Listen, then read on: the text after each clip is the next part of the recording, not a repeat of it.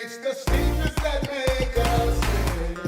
You can't give what you won't acknowledge. So let's have a conversation on this time. We're taking it out of the box, yeah, yeah. We're taking it out of the box. We're taking it out of the box. You know it's time. So let's talk about it.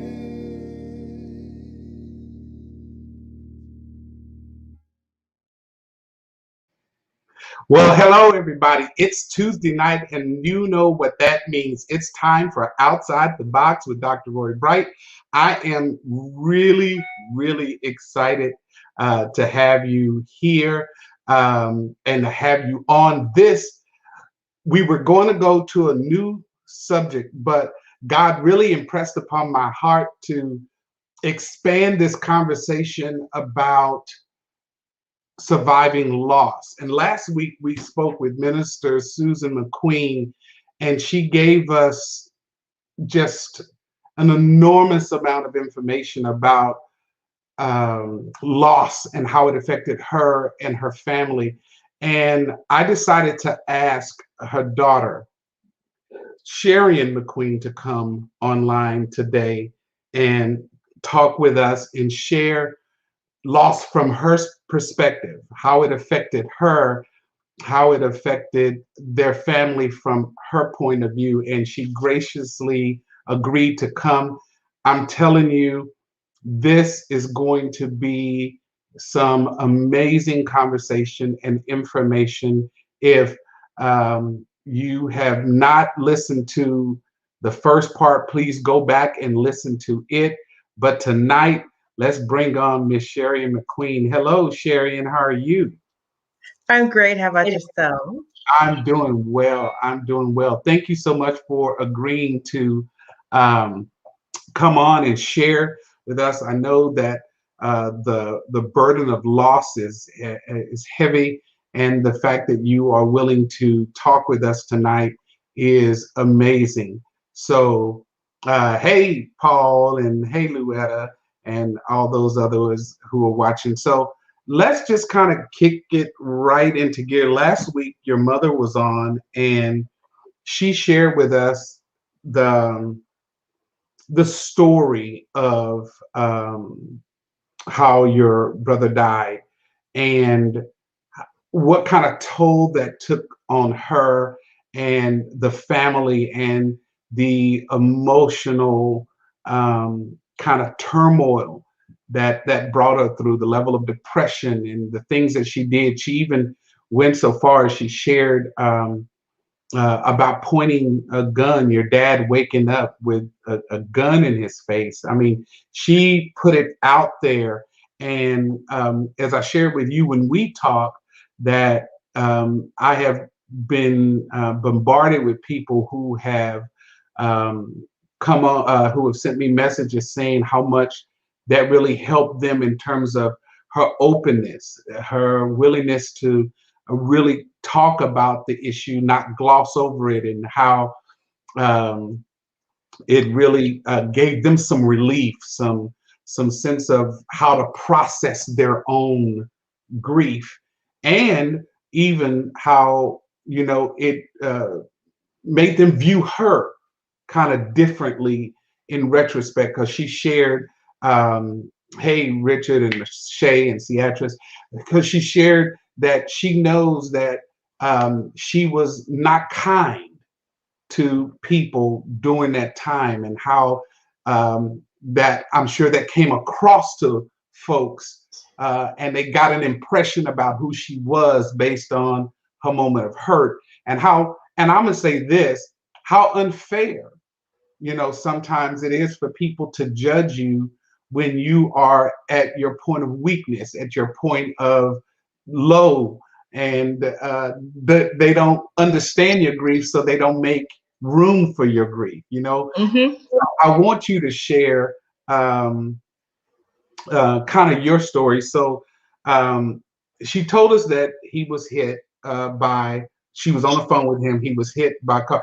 I'm just before I let you kind of get in, one of the things that I didn't get to ask her was, did she, I mean, was there arrests made or was it considered an accident? Like, so I don't know what the circumstances behind that are as well. I can be honest, first of all, that is a sensitive spot for me because Okay. there were no arrests made. As a matter of fact, the young lady was just able to get up and drive home as if nothing happened. The other car that hit that car was towed off and no tickets, no nothing. You know, it's just another happy-go-lucky day, just another black man who's dead, you know. Wow. Wow. Okay. That's wow. So I can only imagine how that kind of impacted the whole level of grief and the whole, wow, that's all right. So let me let you get started. Just kind of talk to us about your relationship with your brother and then the impact, and you just talk. Kind of like you did with me the other day. You just talk. Okay, I mean, let's just start with my relationship with my brother. I am the baby of the family, so I was the baby girl, and I definitely acted the part. My brother was my everything. He did absolutely everything for me. He even covered for me. Um, Even though, like, whenever he graduated and went off to college, we may not have talked like every week. People didn't understand that. Like, you don't talk to your brother every week? No, I don't have to. I know he's fine, whatever. Let him live his life. I'll call him in a month or two, whatever. But whenever we talked, we talked. And I was his baby sister. It was like whenever he came home, I would always run into his arms and dang near knock him over. Um, because that was just our love for each other. I mean, even in high school, I remember, not high school, but middle school. He was in high school, I was in middle school, and he would drive me to middle school and we would jam to whatever music we were listening to. Our favorite song was Cisco Kid was a friend of mine. And we would just go all out in the car in our own little world. And that was, I mean, we were like that since we were kids. I mean, especially growing up in the church, all we had was each other. I mean, we had friends, sure, but we knew for sure that the only two people that we could really trust. Was each other. So that was it. And, you know, we looked a whole lot alike too. I mean, from the eyebrows to the face, the whole 9 yards, we looked like each other. So far as his actual passing, whenever he died, I remember that night. It was a Thursday night. I was at school, actually. I was at school. I think mom was at church at choir rehearsal and dad was at church doing something. And I just finished my wind ensemble. I got an A on my exam or whatever. Miss Kresmer was taking me home and I remember getting in the car and I was like, I feel like somebody's gonna die tonight. It just feels real eerie right now. And she freaked out. She's like, don't say that, don't say that. I'm like, but it just feels really eerie. I don't know how else to explain it, but that's what it feels like. So she took me home, dropped me off. And I proceeded with my normal routine, getting something to eat, yada, yada, yada. Mom comes home, she comes in and she's talking about progress or whatever. And then the phone rings, my brother calls. And we're on the phone. And again, it just feels real eerie. Mind you, 3 weeks prior, the last time I saw him, it actually felt like it was going to be the last time I saw him, which was a whole other experience within itself. But that night, you know, the last time I spoke to him and I told him I loved him, and when I handed the phone, again, it was just like, that's the last time I'm going to hear his voice. That was the feeling that I was getting. And then my mom takes the phone and she goes upstairs, she's talking to him, and all I hear within 30 minutes is a big thud on the floor. And I'm like, what happened? Is everything okay? So I scream upstairs, I'm calling her name, she's not responding. And I'm like, oh, that's weird, but whatever. Okay, I'm just gonna let it go. So I'm downstairs watching the news like I typically would, but mom would typically be downstairs. It took her like an additional hour to come downstairs. She comes downstairs, and we were about to watch Comic View on BET. Yes, Comic View on BET, whatever.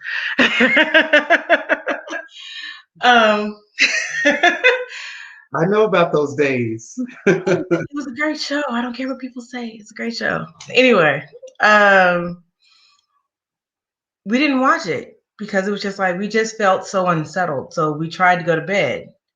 We went to bed, and I didn't drop off to sleep until it was late. But then 3 a.m. rolls around, and his fiance at the time comes to wake me up, and she's crying, and she's like, I don't know what's going on. They won't tell me. I'm like, who in the heck is they, and why are you in my room crying? Like, whatever issue between you and Brunel, deal with that. I don't have anything to do. No, I need you to come downstairs. So leave my bedroom, reluctantly, because I'm just like, you tripping. That's y'all. I have nothing to do with this. And I see this woman standing at the bottom of the stairs. And me being the person I am, anybody who really knows me, I'm like, why is this person in my house at 3 a.m. in the morning? Have you lost your mind bringing some random person in this house? And she said, well, ma'am, who are you? And I'm like, you're asking me who I am and you're standing in my house? Exactly. It's all these different thoughts are going through my head. And I'm like, well, ma'am, who are you before I tell you who I am, since you're standing, at the bottom of my steps? And she's like, well, I'm from the fire department. And I look around, I'm like, well, the house is not on fire. So again, I don't understand the purpose here. Well, I need you to tell me who I am. And then mom's sitting at the table and she's like, just tell them who you are. And I'm like, well, I'm her daughter. I'm Sharon McQueen. What are you doing here? What do you want with me? And she said, well, I need you to come downstairs. And we go back and forth about 5 minutes. And I'm like, I'm not coming downstairs. I don't know you. I'm not coming downstairs. And then she eventually tells me that my brother was dead. And I look over at my mom and she's sitting in the chair and she immediately breaks down. His fiance breaks down at the bottom of the stairs. And I remember wanting to cry, but I was in such a state of shock that I couldn't cry then. And then I start kind of process and start trying to cry. And then the woman's trying to come close to me and try to talk to me. And again, I'm like, no, I don't know you like that. Get away from me. I'm trying to process what you just told me. And then with all the screaming and hollering, my dad comes out from his bedroom and he's like, what's going on? Da-da-da. And I'm like, I don't know what to tell you other than, I don't know. And he comes down and around because the woman was like, don't say anything. So he comes down, he comes midway the stairs and he's asking who this woman is. I'm like, Dad, Brunel's dead. What are you talking? He's dead. And Dad just drops next to me and he starts to just, I had never seen my father cry like that before. Twice have I seen him cry like that. At Brunel's funeral and that day. And he just started rocking back and forth, hitting himself in the head, rocking back and forth, hitting himself in the head, rocking back and forth, rocking back and forth. Wow. And then my grandmother comes out and she asked, and not thinking, I told her while she's standing at the top of the stairs. She passed out the top of the stairs. And after I told her, and the paramedics go deal with her. Next thing I remember, the Kearneys had showed up. I think I'm sitting in between my mom's legs. I'm sitting between somebody's legs. I don't know who. And I'm just rocking back and forth, crying and crying and crying. Then my godmother, Mom Jeanette, shows up and she's like, I know you. You don't want to be around this. I'm like, no, take me somewhere, please. So she takes me to school Friday morning and I'm going around to each teacher telling them that my brother is dead and I need my homework. Can you imagine? My brother's dead. I need my homework because I'm not coming into school. And then she takes me to get a kolache and she's like, let's just chill. Let's talk. Let's do something. And honestly, after that, I don't remember anything else from that day. I remember my counselor from the school came by and checked on me and we sat on the stoop and talked. Other than that, I don't remember anything else from the day. Oh, wait, one thing I do remember. I remember watching the news and them talking about it, and it was just a random man who was killed. Didn't say why, didn't say how. It was just some random man. And I remember thinking, this great of a person, that's all you have to say about him? Even though, yes, I know logically speaking now, they don't know anything about him. So yeah, they're not going to say anything about him. He means nothing to them. But to me, it was just like, that's how my brother's life ends. And Do you think that kind of at that moment, while you knew it intellectually, clearly emotionally, you had not begun the process, oh right? no way. It was still unreal. You know what I mean? It was still It unreal. was And a fact, but it was an unreal at the same time. Like you knew it to be a fact, but it was unreal at the same time. yes, it most definitely. I mean, it was so unreal that I tried calling my brother about his death the next day. Like I woke up the next morning like I need to talk to my brother, and I literally picked up the phone to call him, and I'm like, you can't call the person who's dead, Sharian. He's dead, he's gone, he's not here. And to begin that process, and then a lot of people don't understand that week after, like so many people were coming by, dropping off food. I couldn't tell you who came. I couldn't tell you who said whatever or gave whatever. I mean no harm to anybody. Thank you to each and every one of you. I don't know what happened. I don't remember what I did in class. I don't remember what I wore. Don't remember what I ate. Don't remember what anything. All up until the Friday before my brother's funeral, I remember the Kearneys took us to Baby A's. And even then, I just remember being at Baby A's. Anything before that or after that, I don't remember. Next thing I probably remember is us being in the house and praying to prepare to go to the funeral, which I was so angry at the funeral. Angry for several reasons. Number one, I'm a very private person. So I was already upset at the fact that I have to put on clothes to put on a pop up circumstance for everybody else. Because I do remember having the conversation with my mom. My mom was like, we have to be strong for the church and we have to put on a brave face for the church. And I'm like, for the church? The church? I just lost my brother and I have to put on a brave face for them. No offense to them, but whatever. I don't care. I lost my brother, the man that I grew up with. And now I gotta put a brave face on for you. Okay. And I remember even walking down the aisle. Sure. Oh yeah, Yeah. angry for sure. Even as I'm walking down the aisle, like people are like doing this and this, and all I can remember thinking like I'm smiling at them and saying thank you, but in my mind I'm like, for the lack of a better term, screw you. How dare, like I don't even want you here. Matter of fact, when was the last time you called him? When was the last time you saw him? I don't even remember who you are, and you're doing this to me. Really? No, no. So that whole experience was just like the funeral, and that initial week was just pure anger, especially at the person who killed him, you know? And I remember my parents telling me that the woman wanted to speak to us. And I told them, I said, I don't care if she lives, dies, whatever. I don't want to see her. I don't want to speak to her. I don't need to know she exists. Because as far as I'm concerned, she just took the best person in my life. So she can kick rocks. I don't care. My parents were like, you shouldn't be. I know what God says, but this is how I feel, and I have the right to feel the way I feel. She can go away. I don't want to talk to her. And I think a lot of people try to suppress those feelings. You have to go through the angry stage before you can go through anything else. You have to stage. Even I remember being angry with God, during that period of time. That was horrific. So I'm sitting up here mad with God, not wanting to be at church because I'm having to put on a brave face every day. Because even after the funeral, them recording it and all this other stuff, like I was over and done with it. But life still had to go on. So the next Sunday, everything was back to normal for everybody else. So we're going to choir practice. We're going to the dance ministry. We are doing usher, and we're doing drill team, we're doing whatever, right? We're doing all of these things. And I'm supposed to sit here and look pretty and smile and be the fun loving Sharian that everybody loves. And on the inside, I'm You dead. weren't feeling that at all.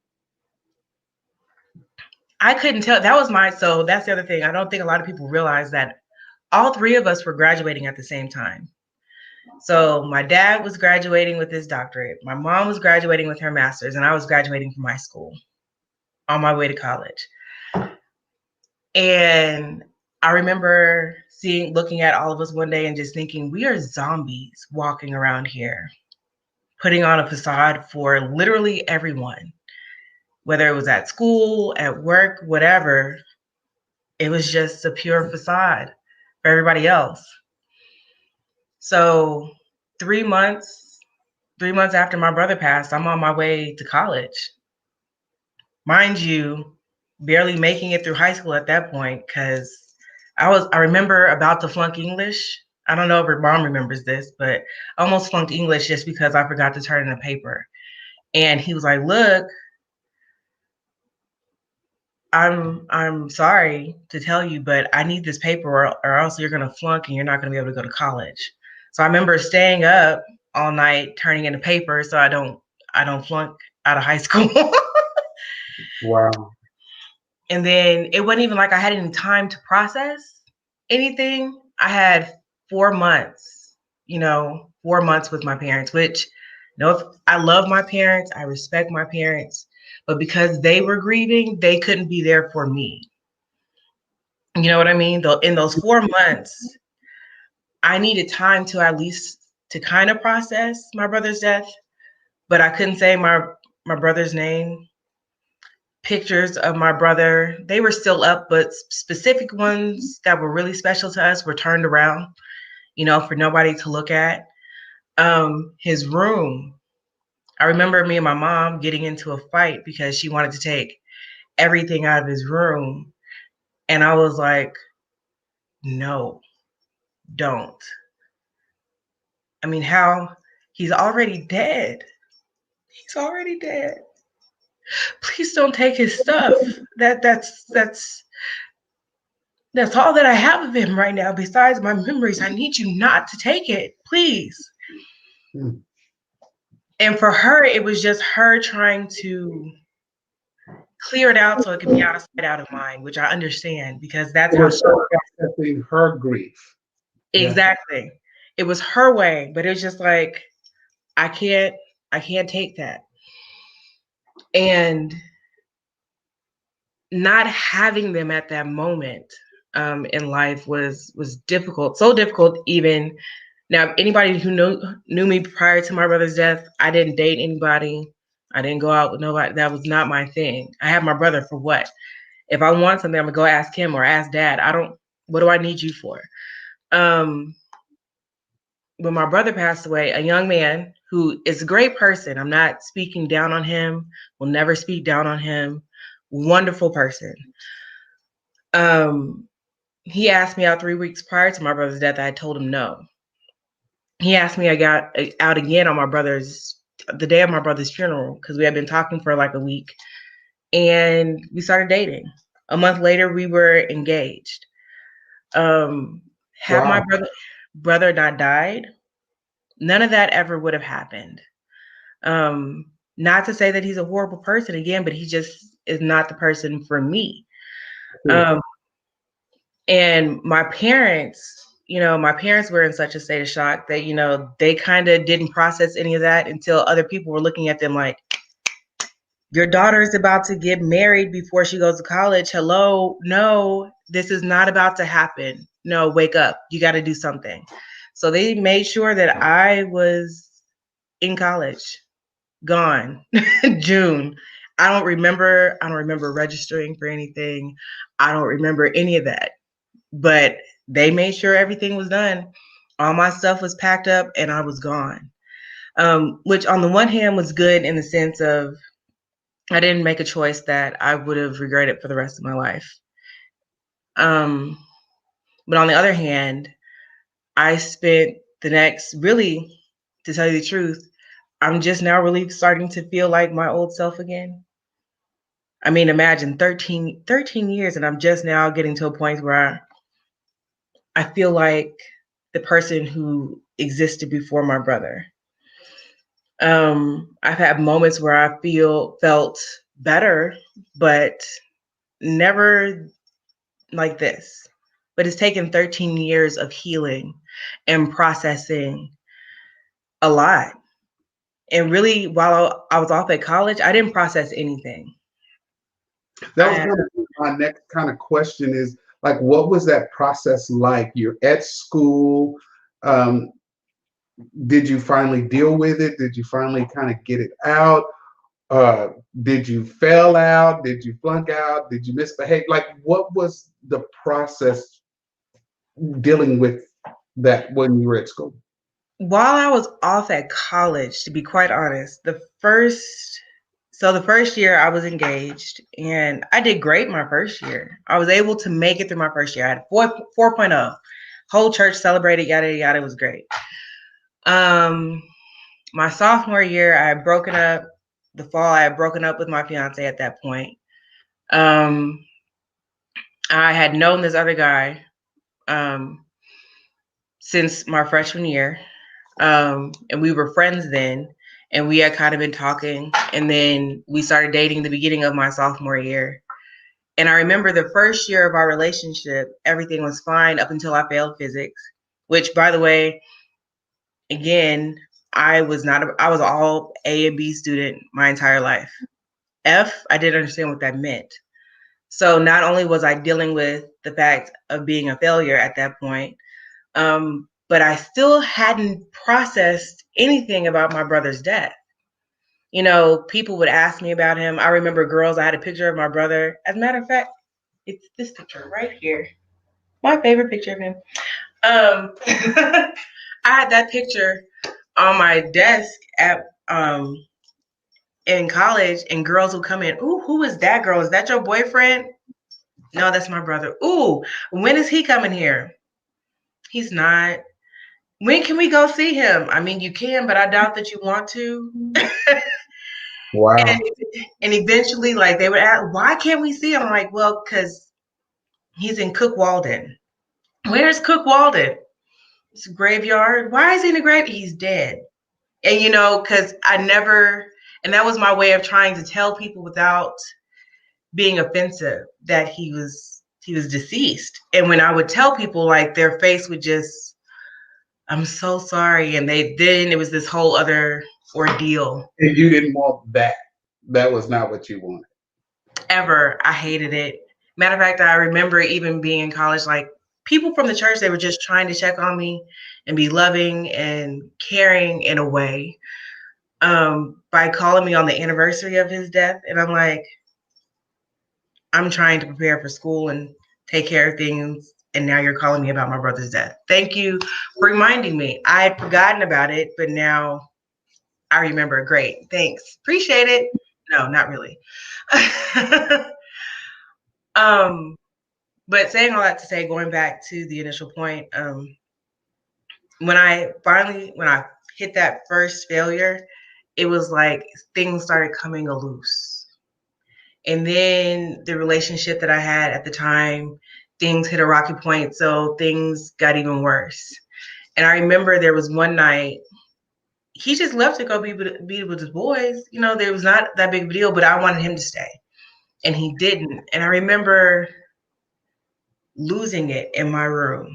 And I say losing it, I had thrown a jar that my Aunt Sharon had given me across the bathroom. I had thrown a couple of other things, broken a couple of glasses. And I remember sitting on my all-out tantrum.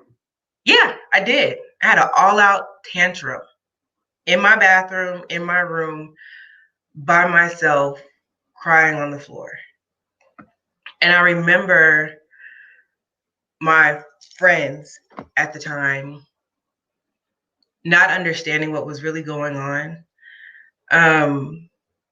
just saying that I was spoiled, and I didn't know how to deal with any problems or issues, and which honestly I didn't. Not saying I did, but I needed somebody just to sit there and be like, help me process that. But again, nobody was there for that.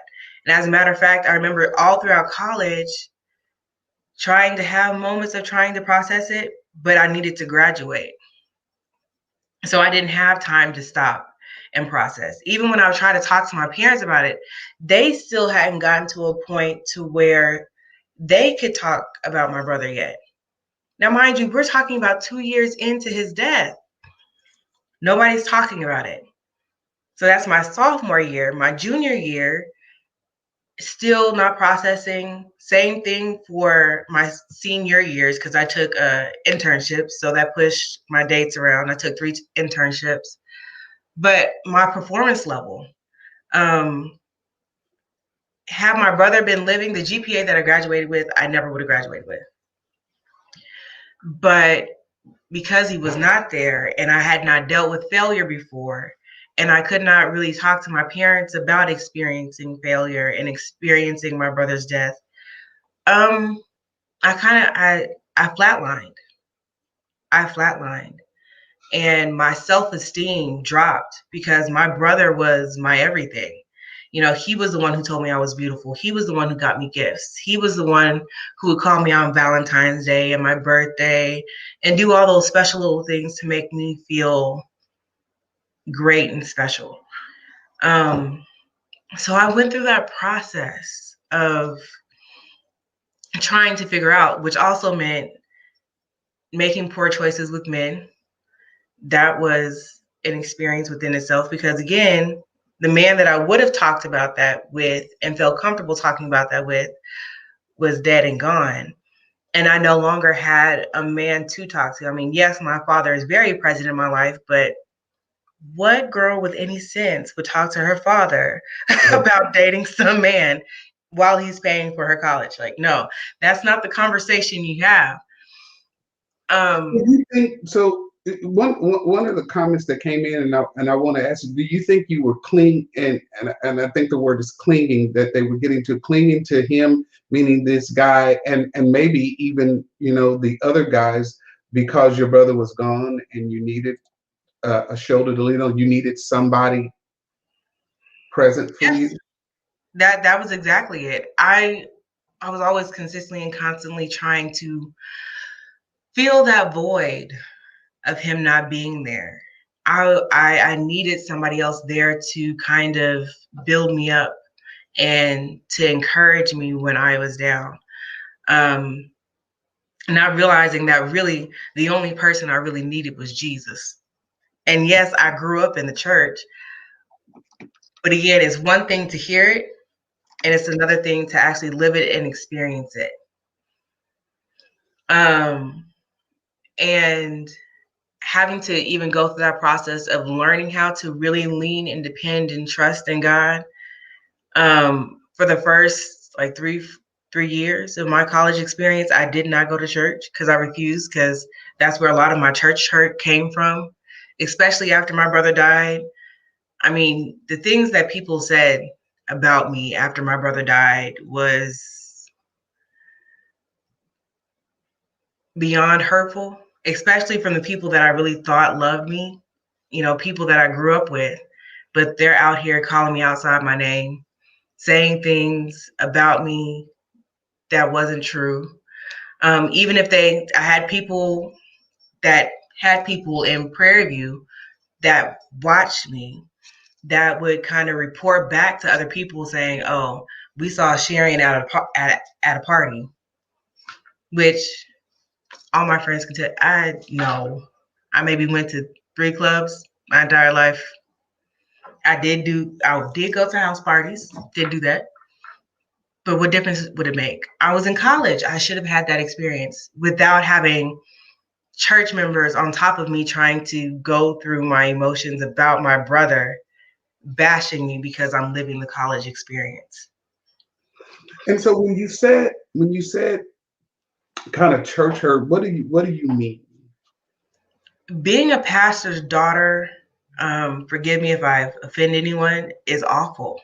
And I'm saying is awful, not was. Is awful. Because people feel like they can say whatever they want to about you. They feel like they are privy to your private life. They feel like you are responsible for the church.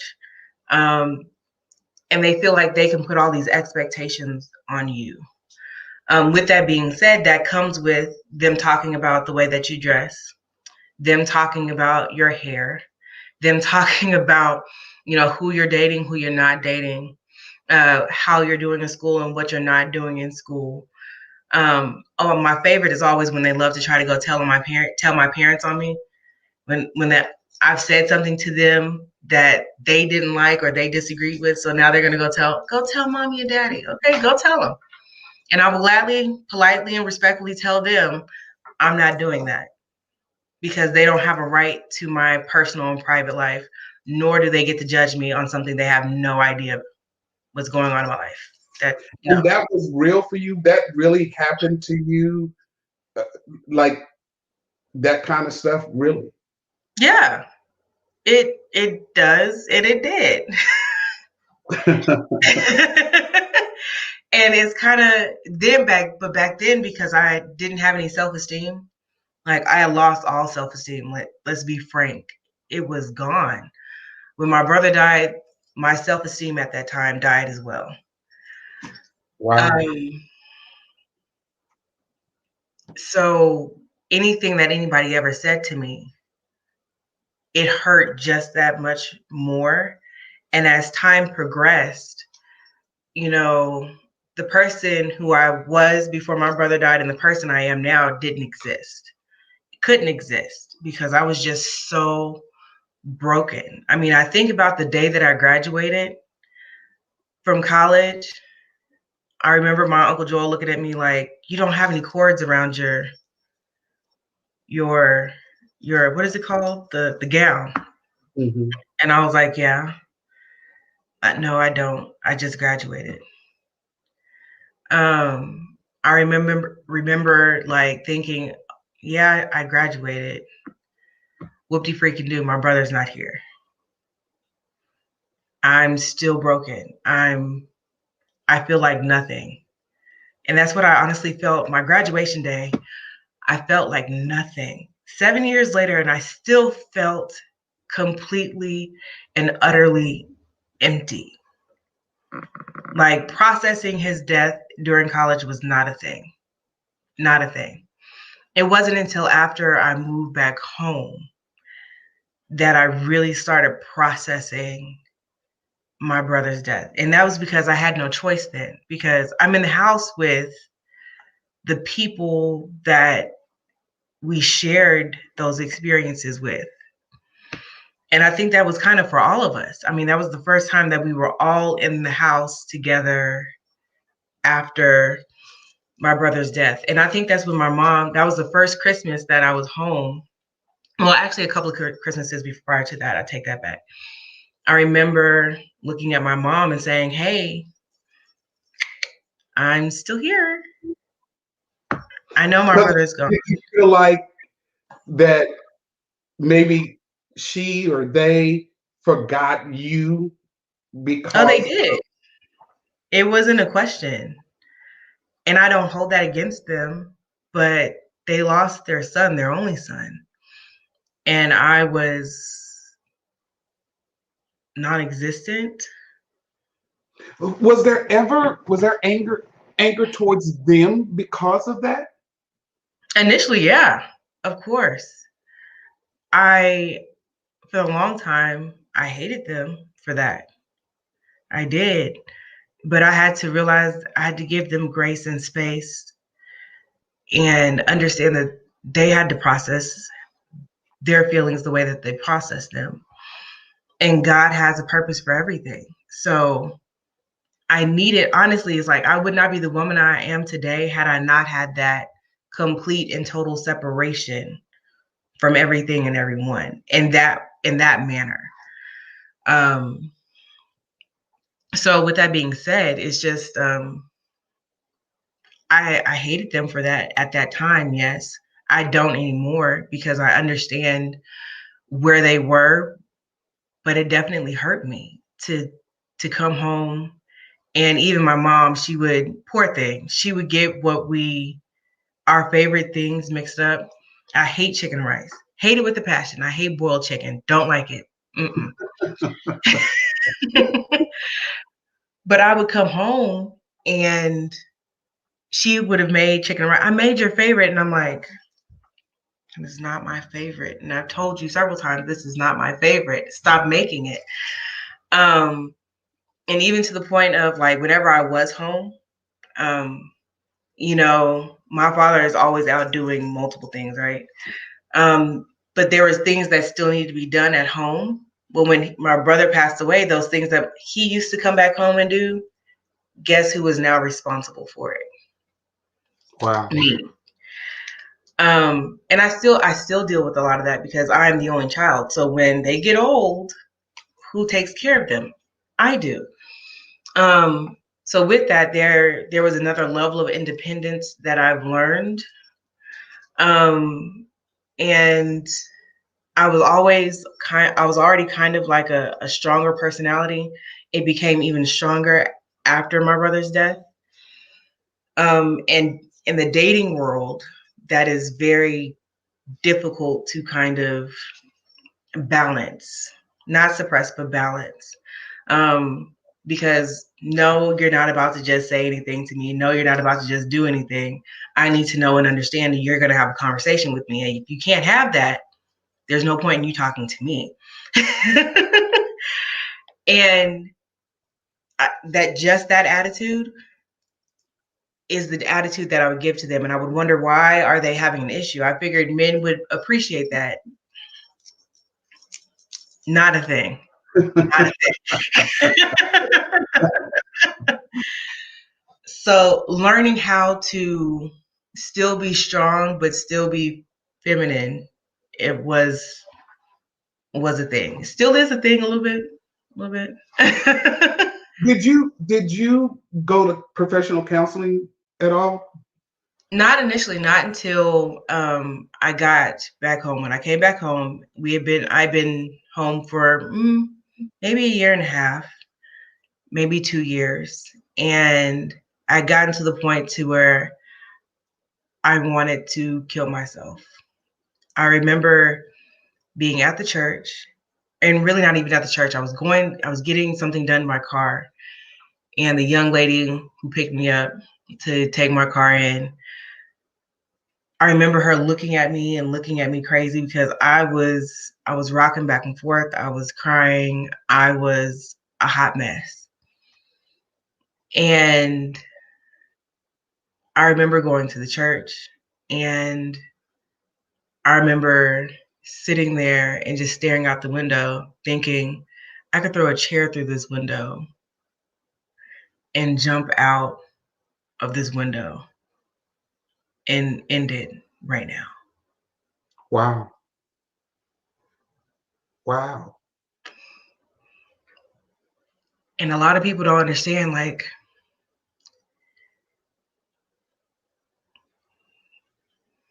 to feel that empty with people around you is unexplainable.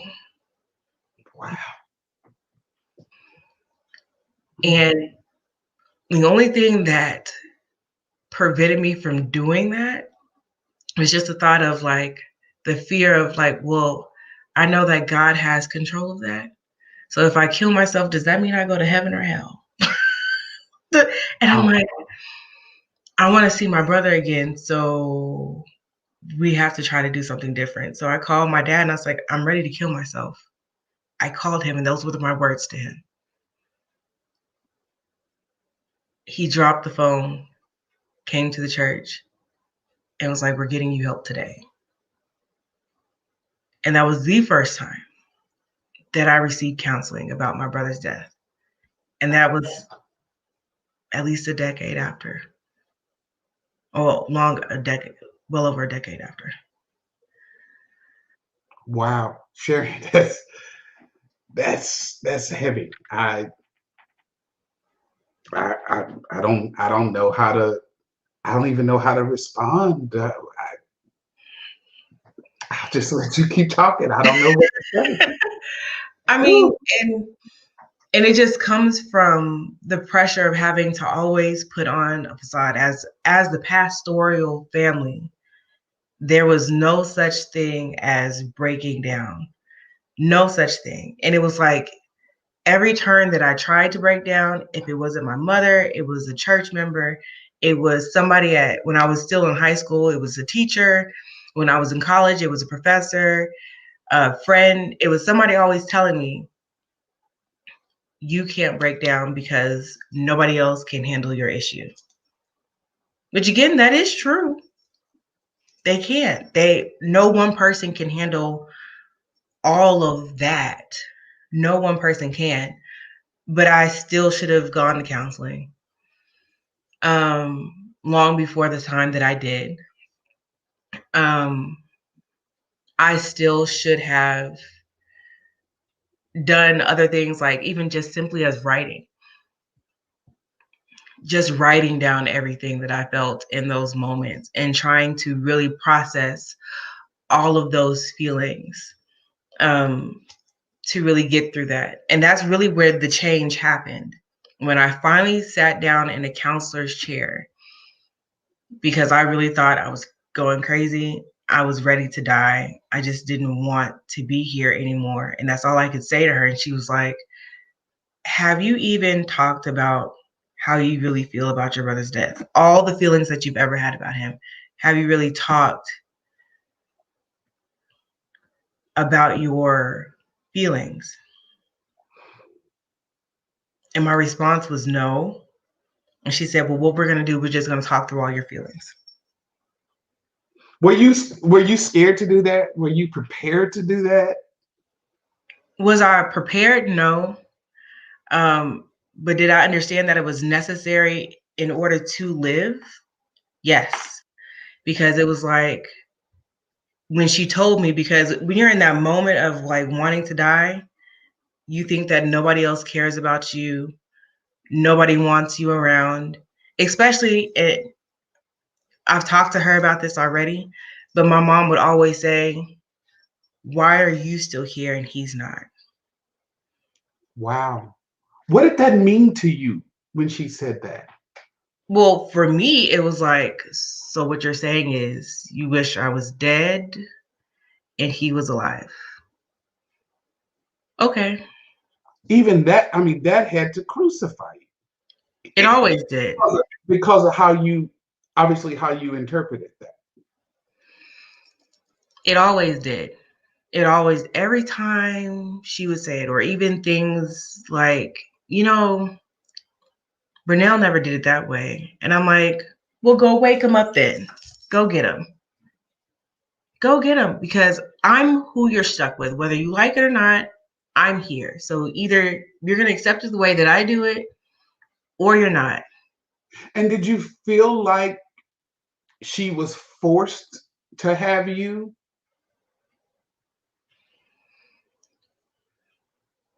I don't know if I would say forced. I don't know how I would describe that. It was one of those things where,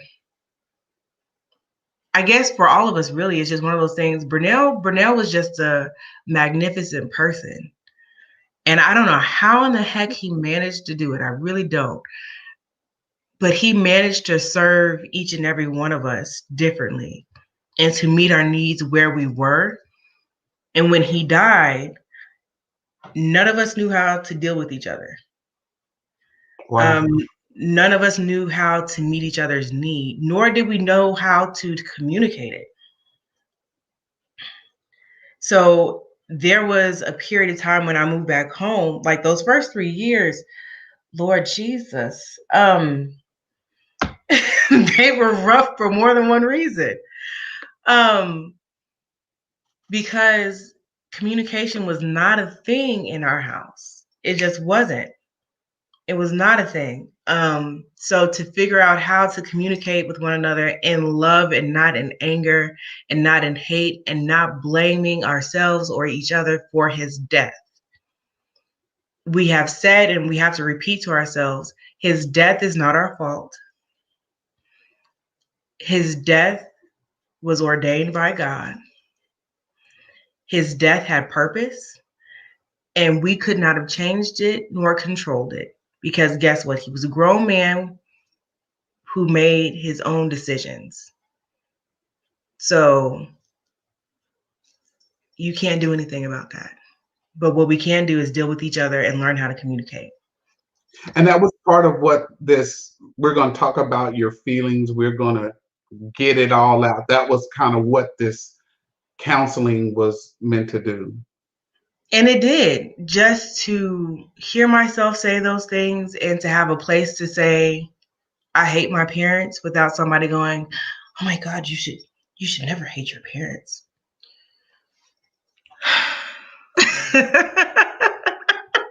Wow. And I think that that's a problem with Black families and people in general, but Black families especially. We were taught to never truthfully express our feelings, even if they're extremely negative.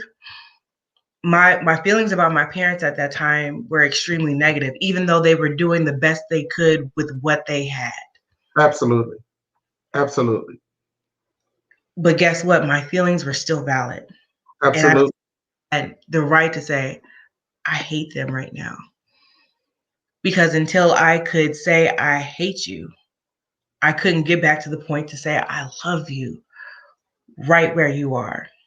Because when I say I hate you, I have to come to a point of understanding of where you are in order to move to the next step. You follow what I'm saying? Absolutely, I do. And when I was able to really process that in my entire being and my real self, I could finally let all of that go and say, okay, I have an A space that I can start working with some of the other stuff. And that's something else that people don't talk about. Having that space to deal with it, because my brother's death covered up some other things, right?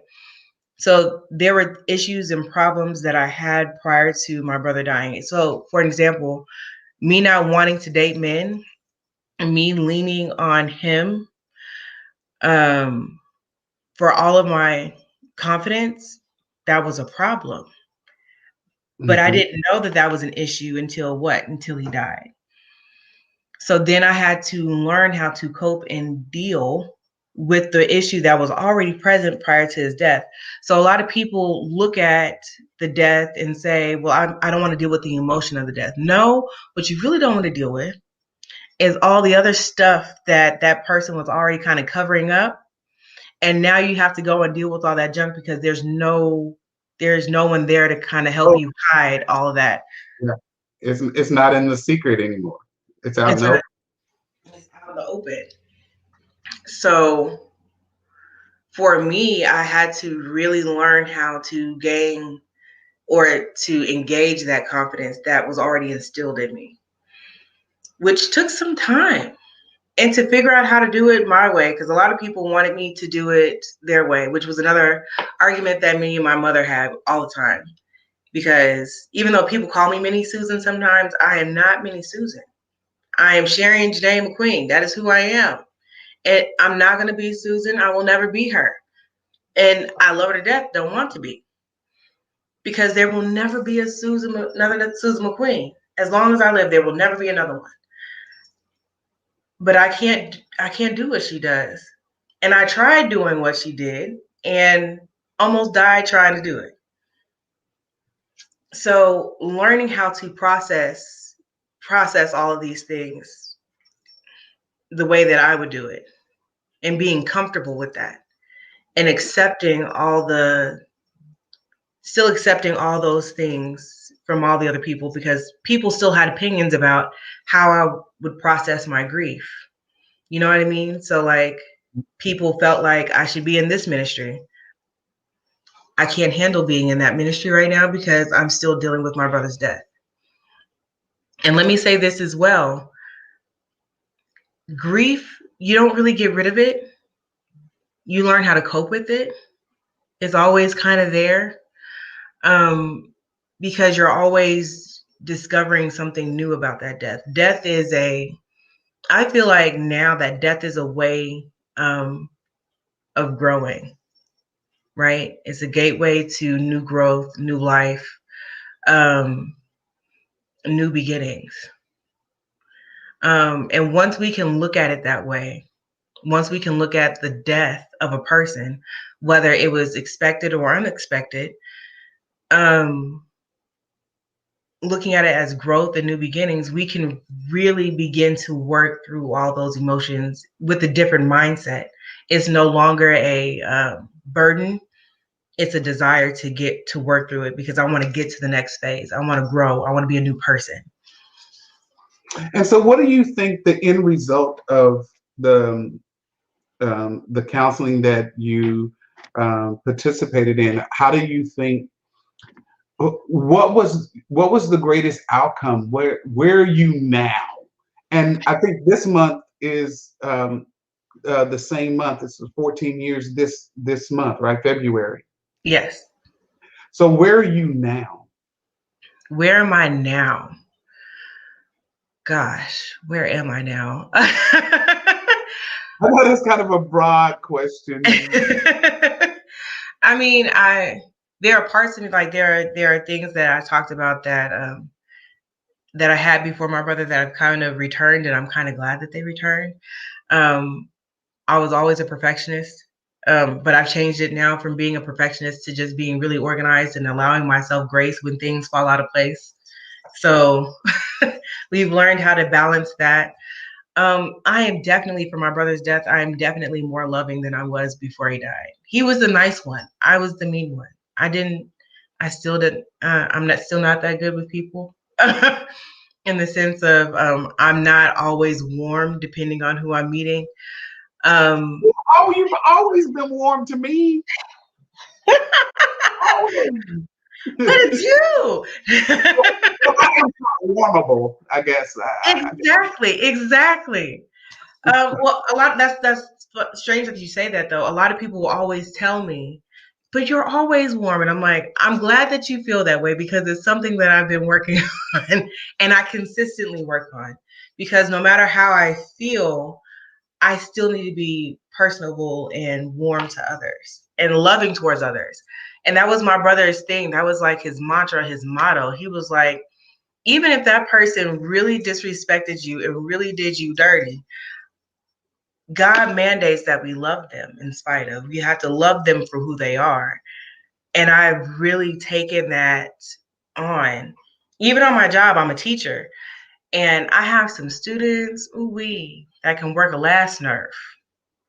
But I love them for exactly who they are. And I appreciate them for who they are. So I can meet them where they are. So I can help them not only grow in the subject, but even grow as a person. And it's a beautiful thing. I know we're getting close to the time where we have to end. I just kind of have, I guess, one more question to wrap it up. And I want to tell you again just how grateful I am that you came on and to share your experience and your growth, and also kind of your depression, because I think people can identify with where they've been along that whole spectrum themselves. So would you call yourself good now? Good? No, absolutely not. I'm better, much better. But probably not less than 2-3 months ago, when I tell you I cried as if he just died the day before. Yeah. Wow. Because I still miss him. There's not a day that goes by that I wake up and don't miss him. Smells that trigger him. Somebody said something. A student laughed similarly to him one day, and I about cried. I about died in the middle of class. And they're like, Miss McQueen, are you okay? And I'm like, I'm fine. I just give me a moment to get myself together. They had no idea what was going on, and they didn't need to. But I'm better. I'm not gonna say I'm good, but I'm better because I can look at his picture and laugh. I can think about him and laugh and share the goodness and the lessons that I've learned about his death. The lessons, the growth points in my life. Well, Sharon, thank you again for being vulnerable and sharing with us. This has been um, extremely helpful. I know it's been helpful to me, and I know it's been helpful to a lot of folks. And we will obviously be continuing to pray for you and your family. And I know y'all look good. I mean, as a family, yeah, y'all are crazy just being around y'all. And I told your mama that beef tips, man, that was just so good, and the cornbread. And, oh my God, it's so We good. still owe me some rolls anyway, by the way. Just so You you know know. what? It's funny you say that because I have been attempting to make rolls like last week and this week, and I don't know if the yeast I have is not rising right. But I'm frustrated because I was thinking about that when we got on the phone. I said, I need to make these rolls. I need to practice, get them back because I haven't made them in so long because I know I owe Sharon rolls. And so Mhm, I'm mhm. going to get them right, and I'm going to make your rolls here real soon. Thank you. Look at Tony talking about stop trying to get another invite. Yes, I am. I want some more of that good food from the McQueen house. Let me just put it simply just like so. Soon as in the words of Paul March, soon as Rona is over, I'm coming back over for some more good food. But everybody, thank you for Welcome. joining us tonight. And we will be back next week. And while I have stuff planned, God does something different. So maybe we'll have something new and maybe we won't. We'll just see. But I'll see you everybody next week. God bless you. Thank you again, Sherry, and everybody take care. My Bye-bye. pleasure. Bye, guys.